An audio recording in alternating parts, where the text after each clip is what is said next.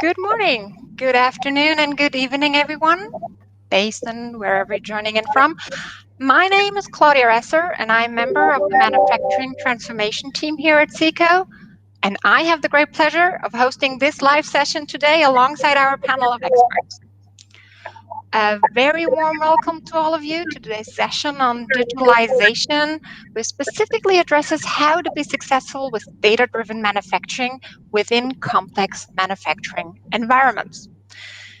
We invite you to send in your questions during the session via the chat functions of your social channels, and we will come back to these questions together with our experts at the very end of this session. I am joined by Patrick Löfström, the solution owner and expert on machine monitoring systems, who has been with Seeker for 7 years now, and Sujay Murthy, a manufacturing consultant who is very passionate about bridging the gap between operations and digital transformation. So, hi guys. First of all, welcome both of you, and how are you today? I'm doing well, thank you, and it's a pleasure to be here. Yeah, doing great. We are really looking forward to sharing our journey with our audience and have some interesting discussions around this topic. Well, I think we lost you, unfortunately, Patrick. It's great to have you here, guys. I think let's dive right in. So, why do you think digitalization is becoming more and more of a topic for small and medium-sized workshops out there today? Well, it is so often that we hear this buzz phrase, data is the Anyone? new oil, or data is the new gold, or something similar. But many a times, it's so hard for machining workshops to relate with this and understand how they can leverage the power of data by starting small without having to make huge investments. Let's take a step back and imagine the humongous amounts of data we are exposed to every single day, be it the stock exchange behavior, news about current political situations, business news on your competitors, customers, or even the news on social media and whatnot.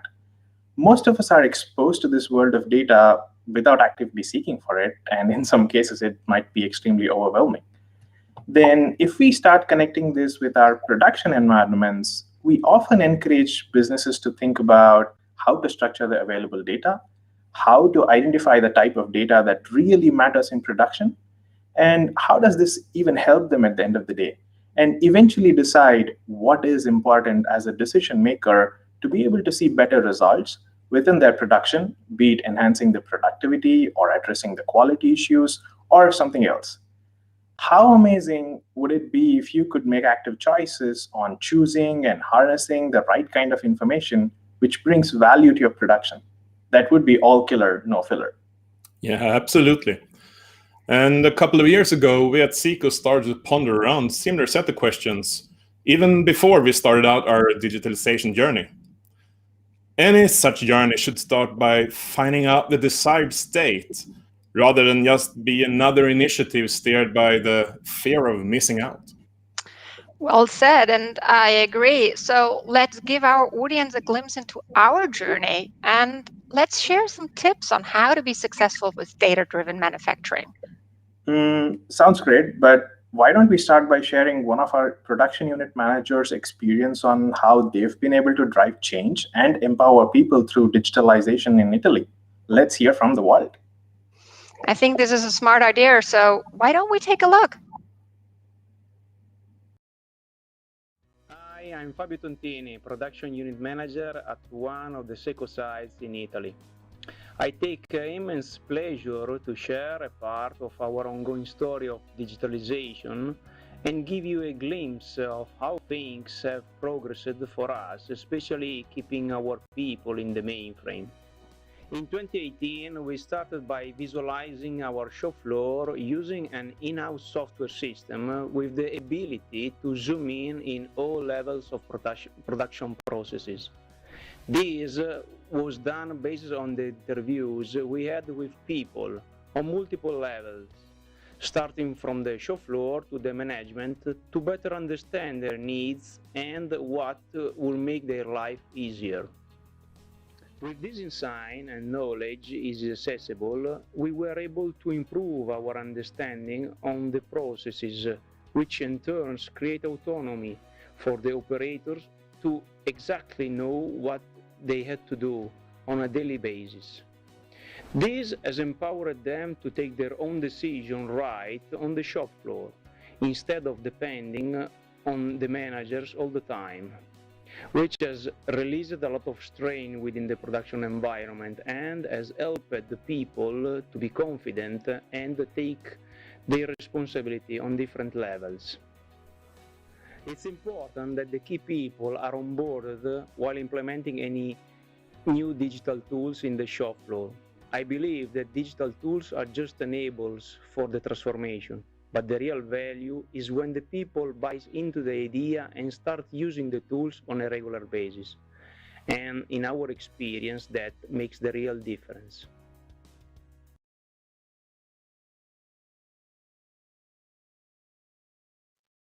Feels so good to hear these success stories creating synergy between the digital world and the physical world, isn't it? Yes, definitely.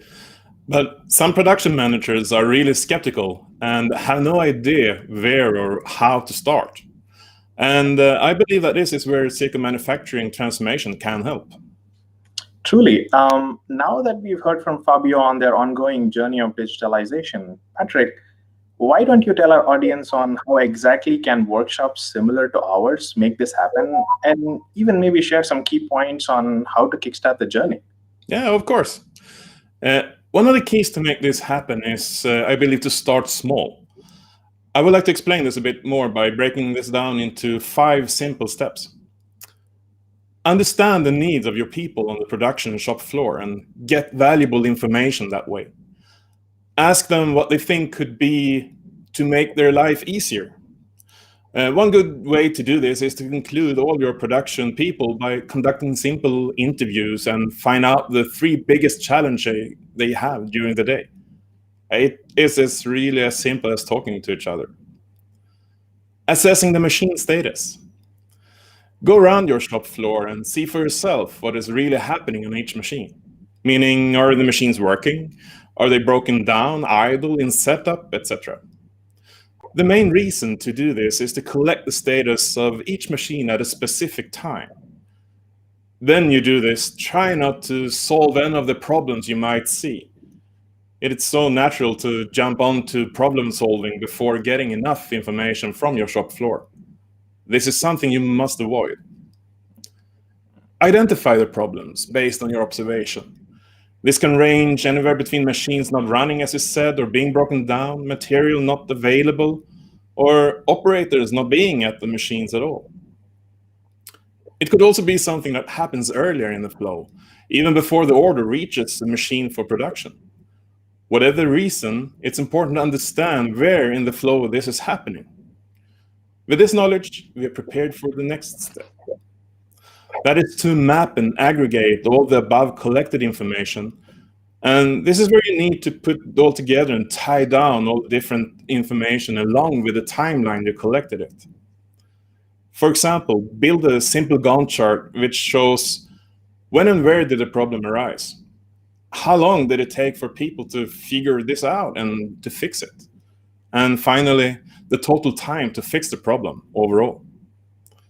Now, this is where you will begin to see certain patterns and be able to point out the actions required to fix the problem.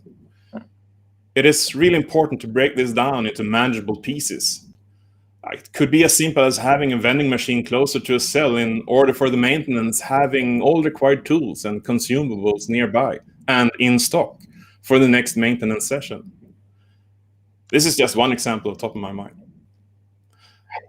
The next thing to do is to find the digital solution that would facilitate the process of information gathering in real time throughout the shop floor. This process can be daunting and seem like a lot of work, but once you do this on one machine or one specific area, you will then have the knowledge and experience to use the right kind of systems together with their functionalities, which would further help you to have a better visibility and to identify and target your continuous improvement efforts and be able to focus on where it matters the most. That was a great summary on how to kickstart the journey. In fact, this is where you map the machining process, which could be further expanded to the entire shop floor to enhance your KPIs such as on time delivery, quality, and more. Yeah, I think so too. Could you summarize the real value this could bring to our audience? Yeah, sure. In my opinion, number one, it's possible to know the health of the manufacturing processes or that of the machines in real time and better understand the reasons for breakdowns, idle times, and other things happening around the machines. Then, number two, these steps will guide you to carry out continuous improvement efforts because you will be able to see different problems in different areas, even though it really depends on a lot of factors such as machines, people, flows, etc. Finally, it is beneficial to consolidate all this information into one place, and therefore it is important to find the right kind of solution to enable you to do this. Automatic report generation on a regular basis will enable you to see the patterns, identify the focus areas to improve, and keep it going. By following these simple steps, you can be on top of your any downtime situations in your workshop, which will in turn help you to target your continuous improvement programs to enhance productivity at the end of the day. This is an agile approach to tune your workshop by taking small steps towards digitalization and finding the right solution for it. And as we heard from Fabio earlier, it is all about finding synergies between people and systems so that digitalization works for people's needs and not the other way around. I absolutely agree. And I think this is for sure one of the key messages we want our audience to take away today. One thing is to start the journey, but another thing is to expand it to the shop floor by taking result-oriented approach if workshops have to be successful in digitalization. I would suggest to look into another example, this time from our production manager in France, who has been actively driving digitalization and improving their KPIs, mainly focusing on on-time delivery and delivery precision. Bonjour, I'm David Aperoni, Production Unit Director at Seco Bourges site in France. I'm really excited to share a part of our digitalization journey and our learnings with all of you there. One of the main focus areas for us was to improve the delivery performance. Our site produces both standard and custom products within a high mixed low volume environment, and the biggest challenge was to deliver custom orders on time with a very high variability of our product mix. Even though we had our own ERP, we were manually managing priorities between the orders, which were due to variances in lead times, outsourcing process steps, and the need to optimize the machine utilization. We lacked visibility of the order's progress and the flow, and we were basically pushing the orders rather than pulling them.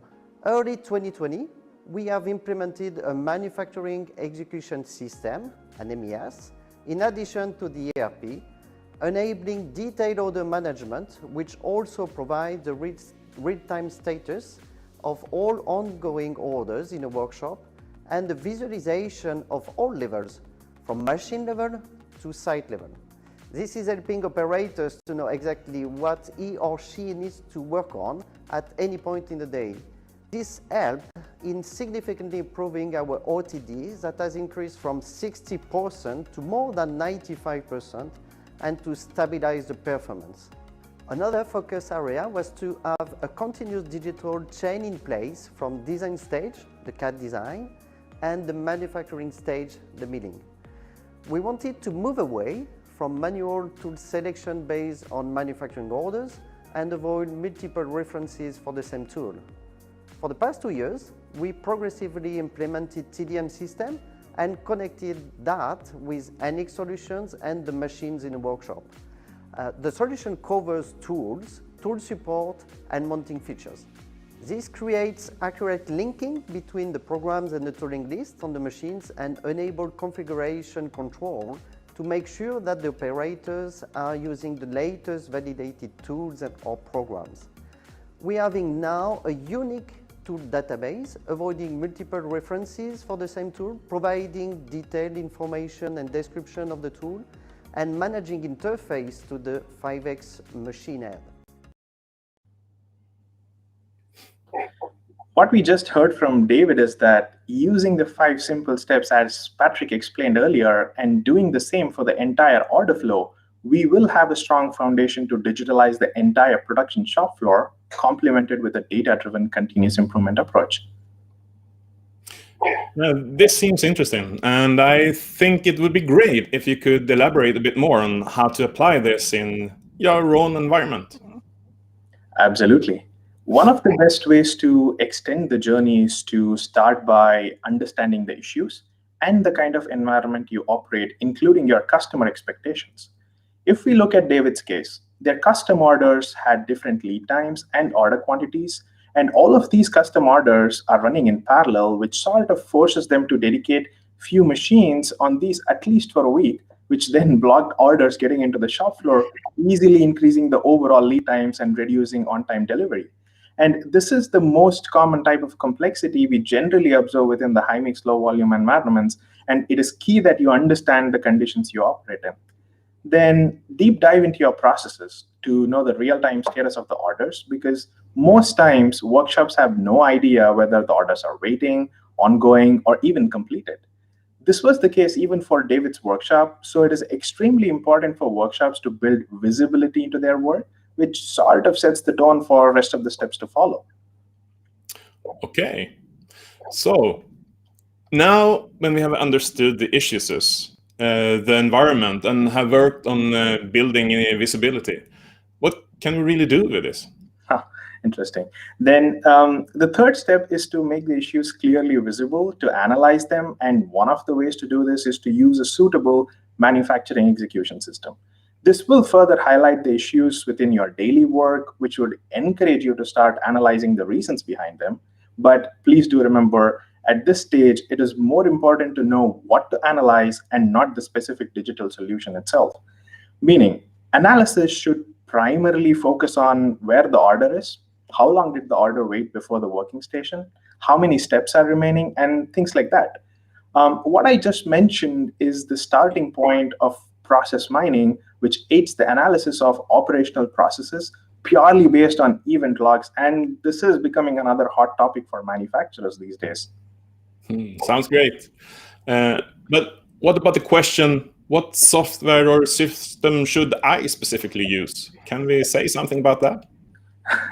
Good question, and we do get this a lot. But honestly, it really depends on the shop floor environment, and there is no one size fits all approach here. Once they know what is it that they are interested to measure and what exactly they need to analyze, of course, we can help them to pick the right software or the platform for the right job, even leveraging our partner network, but only after assessing their conditions.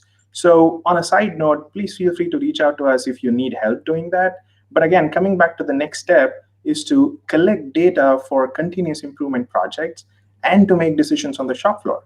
One way to do this is by combining the information you get from monitoring your machines or processes together with planning and ERP systems.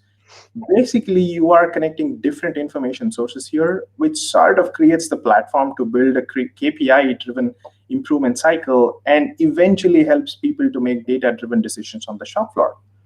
And finally, close the loop and implement the decisions made. Be it changing the tool setup or modifying the order flow approaches or something else. For instance, in David's case, they managed to set the right promised delivery date from the beginning before the order enters the production. And the multiple stakeholders involved used a pull system to pick the right orders to be released into the production based on the promised delivery dates. So you see, it's not all about having data scientists and sophisticated analytics in place.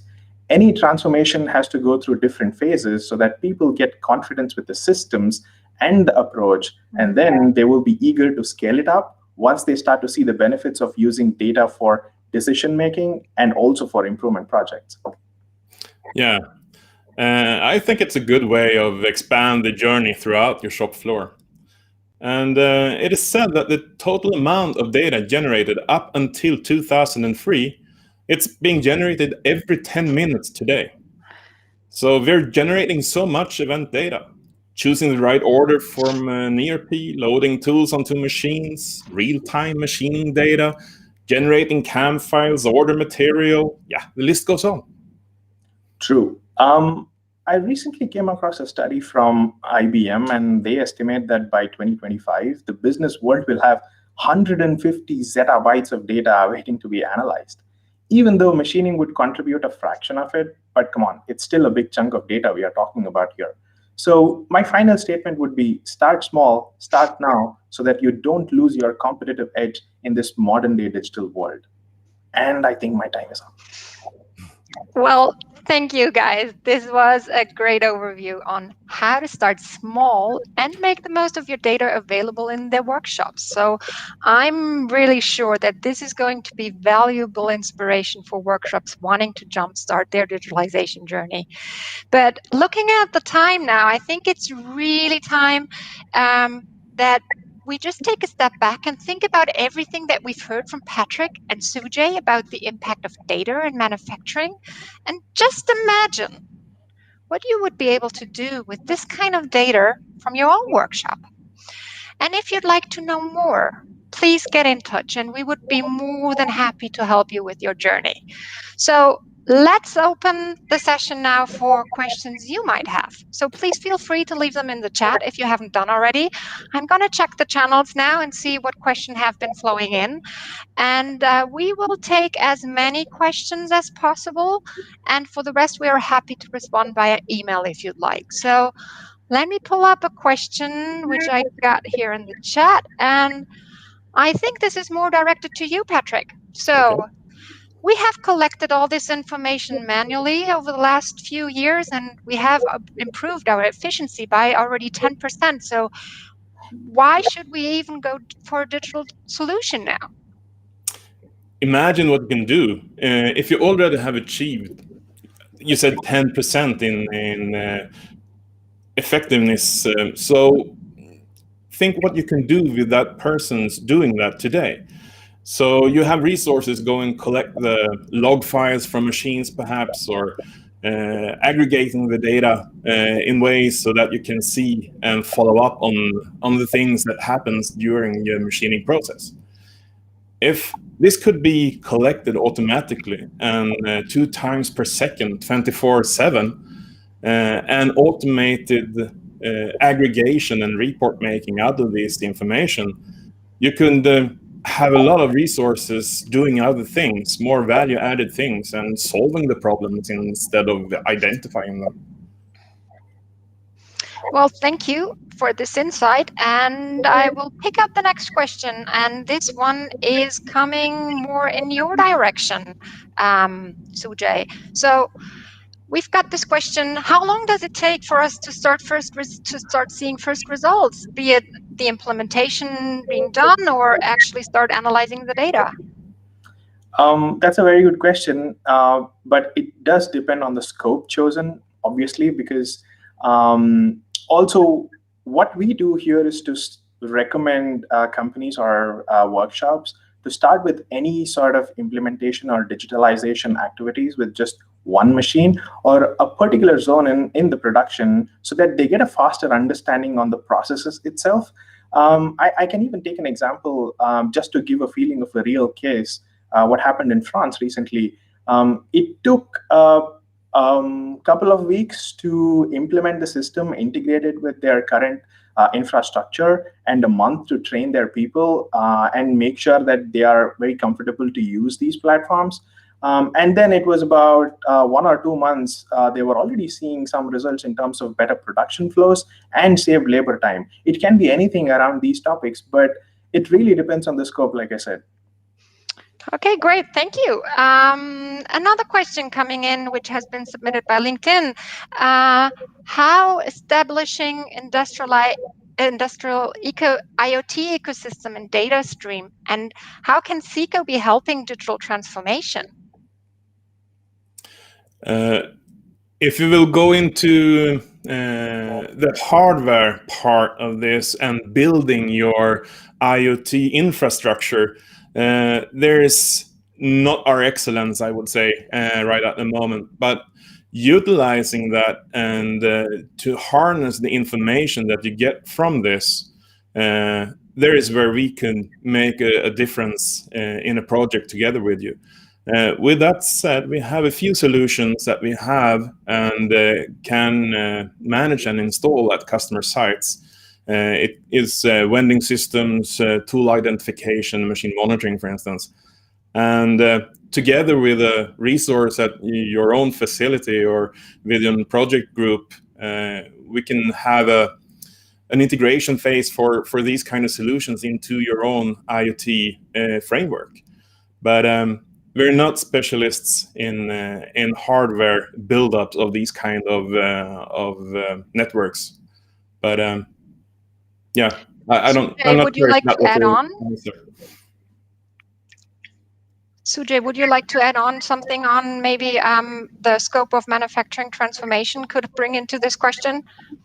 Um, just to address the entire scope itself, we can always start by small evaluations. We go into the shop floor and we can even check the maturity, what they have in their production, sort of analyze, okay, what sort of system do they already have, and try to understand what kind of middleware might be fitting their need. And through this basic evaluation, which might go for about 2 days or even for a week, then we might be able to come back and suggest something. But we need to be there to sort of, see the real situation. Yeah, for sure. All right, let's go to another question which was submitted by LinkedIn. This is coming from Alop, and he's asking how to protect from data transfer slowly of virus. Um, Patrick? in our okay, in the solution that we provide, or in the solutions that we have, there are strict rules on how the information is accessed and how the structure and the rules for that information transportation is done. So, for instance, in the gateway that we add at the customer shop floor, it's a secure firewall, and you don't have direct access to any machines that are monitored. So the only information flow allowed is from the machines to the gateway, and then from the gateway, secured with encryption, and in the tunnel, it's sent to the receiving part. So in that case, for viruses to enter is quite low. And as I said before, if you are on the verge of doing an IoT project on your total shop floor and from different kind of vendors, then you need to have that structure in place yourselves, and really have a good understanding and a rule set to try to avoid these kind of things. Well, thank you. And I think it's time for one last question. How can digital twins help in taking realistic decisions on the shop floor? Patrick, do you want to take that, or Yeah, should I can take that. It will be so much easier to do the simulations. And the term digital twin can be used so widely and broadly. So it is anything from actually be able to see and to foresee the production process. If you collect the information and you know what will happen if you do certain things, that is kind of a digital twin, all the way to have the whole production simulated in different kind of softwares, and directly from the CAM model do the entire production process on that model, and see if you have any problems, or you can even see the material flow, and you can have the whole scale of things inside that model. But all of this talk also is I feel quite daunting. So I will go back to the thing that we said in the beginning of starting out small, and do that for one machine, or for one particular thing that you need to know. It could be processing a new type of detail that you're doing in a new machine. For instance, you perhaps have just bought a 5-axis machine, then do that and do the processing and the things on the CAM model before you go out to the machine. So that's one step at a time. Yeah. Yeah. Well, our time is up, unfortunately. This has been a really wonderful session, guys, and thanks you for this vital exchange on this very important topic. And well, thanks everyone out there for these great questions. We would have loved to take even more. Well, please help us.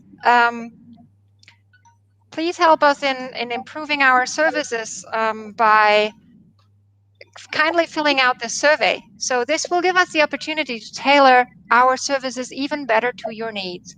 And if you're interested in learning more about manufacturing transformation, visit one of our next live sessions here, either on LinkedIn or another social channel, or register for our upcoming webinar, which will be on June 29th and which will be focusing on manufacturing, on complex manufacturing. Well, thanks everyone, and see you soon. Thank you. Thank you.